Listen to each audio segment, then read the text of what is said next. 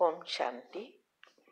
आपका प्रश्न है कि आपने कोई शाक भाजी वाले के पास से थोड़ा पैसा बोरो किया क्योंकि आप घर पे पैसा भूल गए थे और उसके पास आप रोज सब्जी लेते थे, और फिर जब ये पैसा लौटाने दूसरे दिन गए तो उसने आपको कहा कल मैंने पैसा दिया, उसके बाद कोई कस्टमर शाक लेने नहीं आया, बिक्री ही बिल्कुल नहीं हुई, तो आपको वो बुरा लगा और अभी हमें दोबारा सब्जी लेना मन ही नहीं करता उनसे। वो बोलता है सब्जी लेने के लिए, लेकिन हम उसके शॉप पर नहीं जाते। अभी प्रश्न यह है आपका कि क्या हम उन्हें क्षमा की कमेंट्री द्वारा क्षमा कर दे पर उनसे दोबारा सब्जी ना ले तो चलेगा? उत्तर है, देखो, ये क्षमा नहीं है। क्षमा करना अर्थात उसकी भूल को, उसकी बातों को भूल जाना और उसके साथ जो व्यवहार करते हैं वो करना है, उसको कहते हैं क्षमा दे देना। ये तो देह अभिमान आपका हुआ, तो इसीलिए ये जो उसने जो बोला और जो भी उनके साथ हुआ, ये उसका पिछला आपका कर्म था। आपके लिए ये पेपर है कि अभी नया कैसे करना है। तो ये देह अभिमान में होते हैं तो आप दोबारा सब्जी लेने नहीं जाएंगे, और क्षमा की कमेंट्री से भी कुछ नहीं होने वाला। लेकिन रोज क्षमा की कमेंट्री करने की जरूरत नहीं है। आप फिर से उनसे ही सब्जी लो, हर चीज जो भी मिलती है उनसे ही लो, प्रेम से लो, और रोज सुबह में उसको सकाश यही सिर्फ देना है। योग के बाद उसकी इस बिक्री लारी है या कुछ भी है, उसको विजुअलाइज करो और उसको सकाश दो कि इस पवित्रता के किरणें इस आत्मा में जा रहे हैं, ये आत्मा के साथ मेरे हिसाब किताब चुकतू हो गए हैं। अब इस आत्मा का पुण्य इतना ऊपर आ गया है तो सारे दिन बहुत कस्टमर आए और सारी सब्जी बिक गई। रोज ऐसा करो तो उसका व्यापार बहुत अच्छा चलेगा और वो आपको दुआ देगा। ये तो बद्दुआ देगा आपको, तो क्षमा काम नहीं करेगी। इसीलिए ये करेंगे, रोज शुभ भावना शुभकामना देंगे और उनसे ही सब्जी लेंगे। ये है रियल क्षमा दे करना। ठीक है? ओम शांति।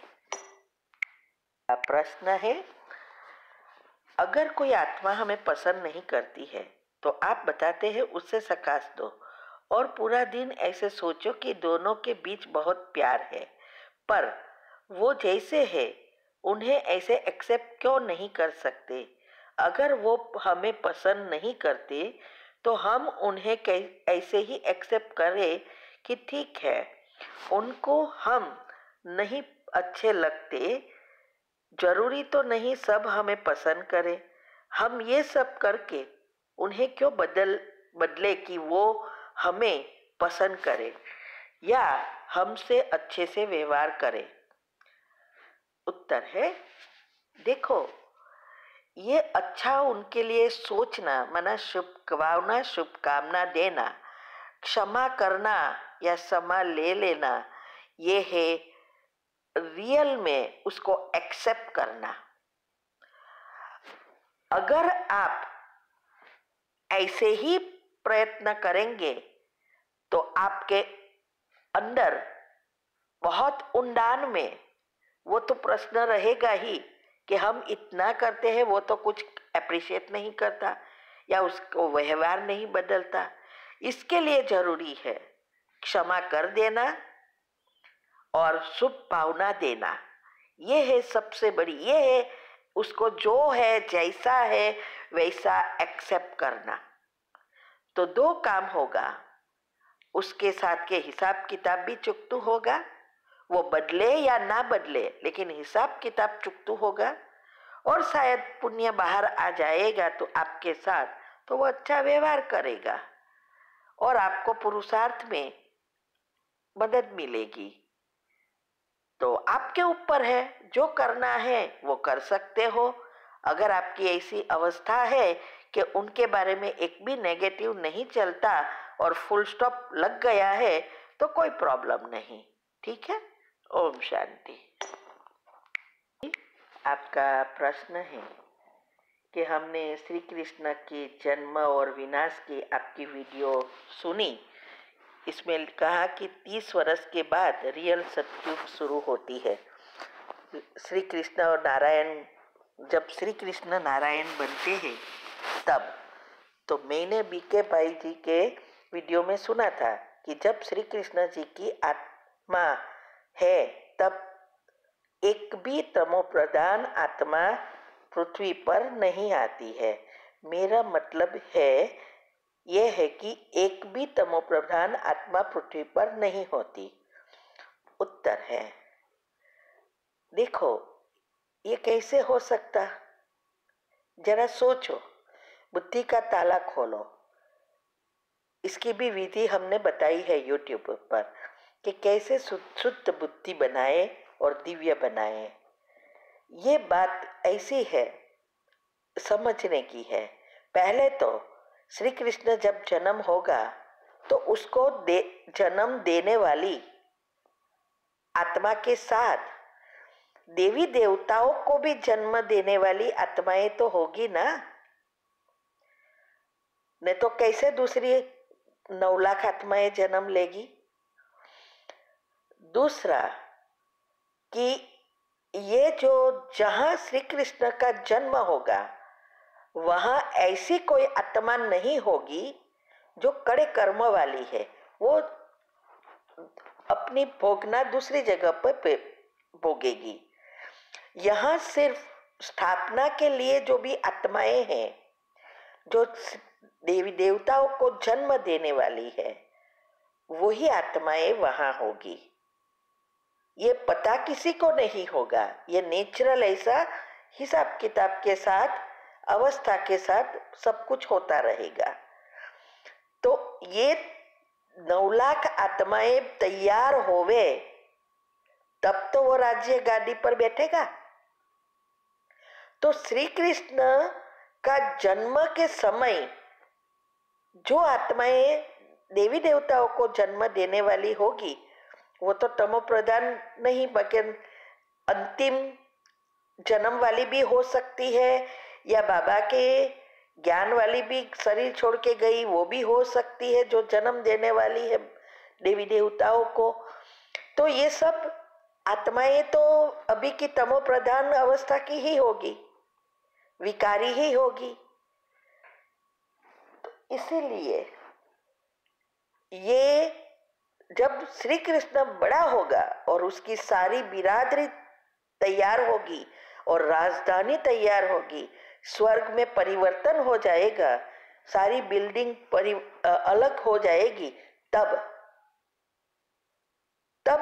श्री कृष्ण गद्दी पर बैठ सकता है और नारायण बन सकता है। और वो तभी होता है जब राधा और श्री कृष्ण दोनों बड़े होते हैं और सब दोनों की शादी होती है, तब वो नामकरण करके गद्दी पर बिठाते हैं। वो ये सारी प्रोसेस है। ठीक है। ओम शांति।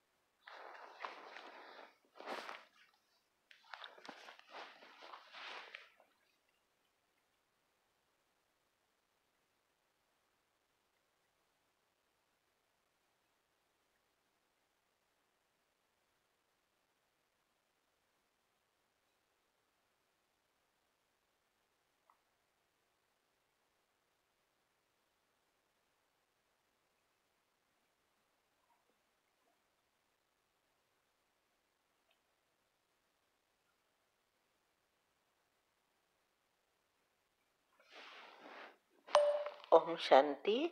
आसना है ये कल की मुरली में था कि प्रसन्नचित बनने से प्रश्न समाप्त हो जाते हैं, तो वो समझना है। उत्तर है प्रसन्नचित कौन बन सकता है, पहले ये सोचो। वही प्रसन्नचित रह सकता है, बन सकता है, सदा खुशी में रहता है जो आत्मा के अंदर व्यर्थ नेगेटिव सब समाप्त हो जाते हैं। कोई भी परिस्थिति आ जाए, कितने भी कड़ी बीमारी आ जाए, कितने भी कड़ी आत्माएं सामने आ जाए हिसाब किताब के साथ, फिर भी क्यों, क्या हुआ, ऐसे नहीं, ऐसा क्यों किया, ये सब प्रश्न है। तो उस प्रश्नों से पार हो जाते हैं, क्योंकि उसको ड्रामा का ज्ञान और कर्म की गुह्य गति, ये दोनों इतना पक्का हो जाता है तो फुल स्टॉप लगा देते हैं।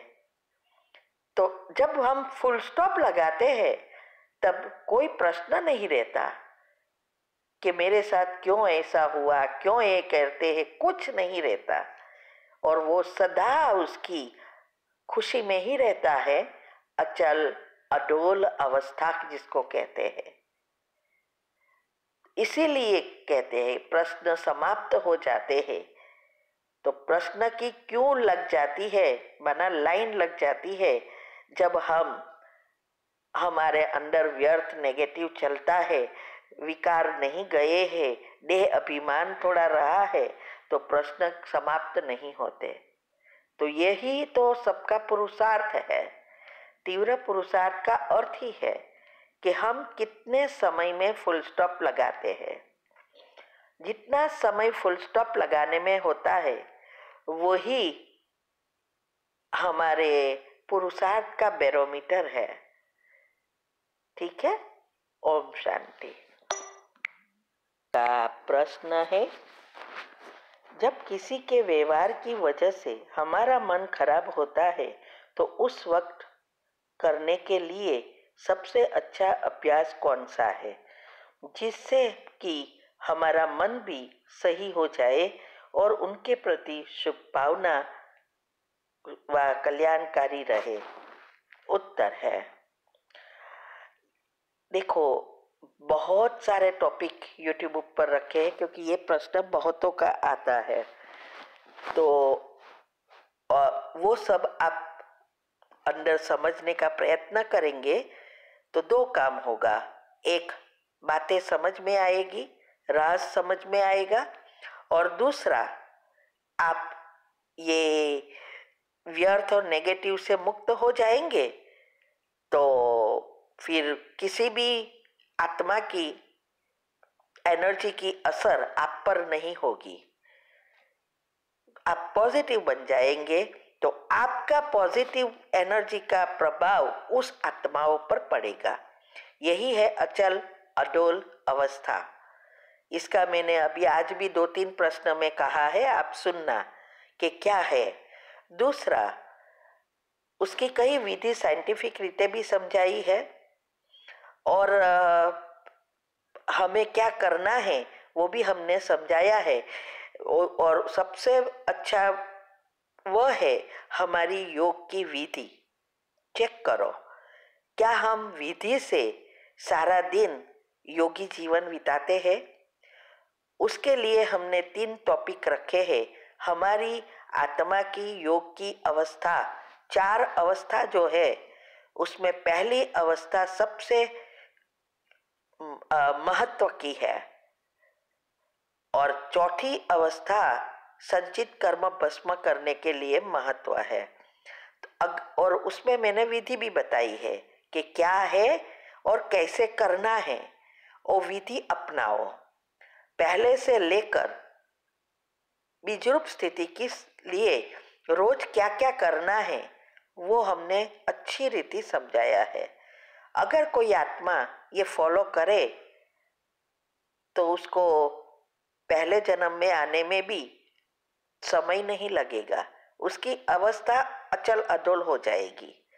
और दूसरा, कर्म की गुह्य गति और ड्रामा, ये दोनों का ज्ञान इतना पक्का कर लो, हमने ये भी रखा है यूट्यूब पर कि समय पर कोई कितनी भी कैसी भी आत्मा हो, उसकी व्यवहार की असर हमारे मन पर नहीं पड़ेगी जब हमें ये ज्ञान है कि ये जो कर रहा है वो उसका कोई दोष नहीं, मेरा ही ये दोष है जो मैंने कोई जन्म में ये एनर्जी भेजी है।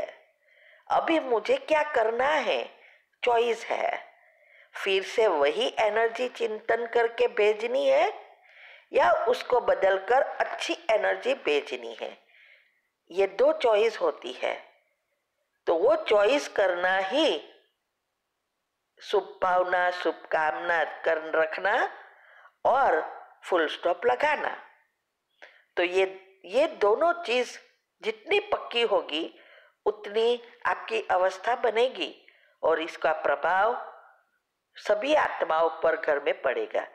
कहते हैं कि घर में अगर एक ही जो अगर अच्छी पॉजिटिव वाली आत्मा है, उसका ऑरा अच्छा है, तो वो सारे परिवार को सकाश ऑटोमेटिक उसको उसका प्रभाव पड़ता है और वो परिवर्तन होती जाती है, क्योंकि हिसाब किताब चुकतू होता है, फ्रीक्वेंसी घर की बढ़ जाती है, बहुत कुछ पीछे है। इसके लिए ही ये सब टॉपिक जो रखे हैं, कोई ऐसे ही नहीं रखे हैं, वो मंथन कर कर के रखे हैं, वो सुनो, ठीक है। ओम शांति।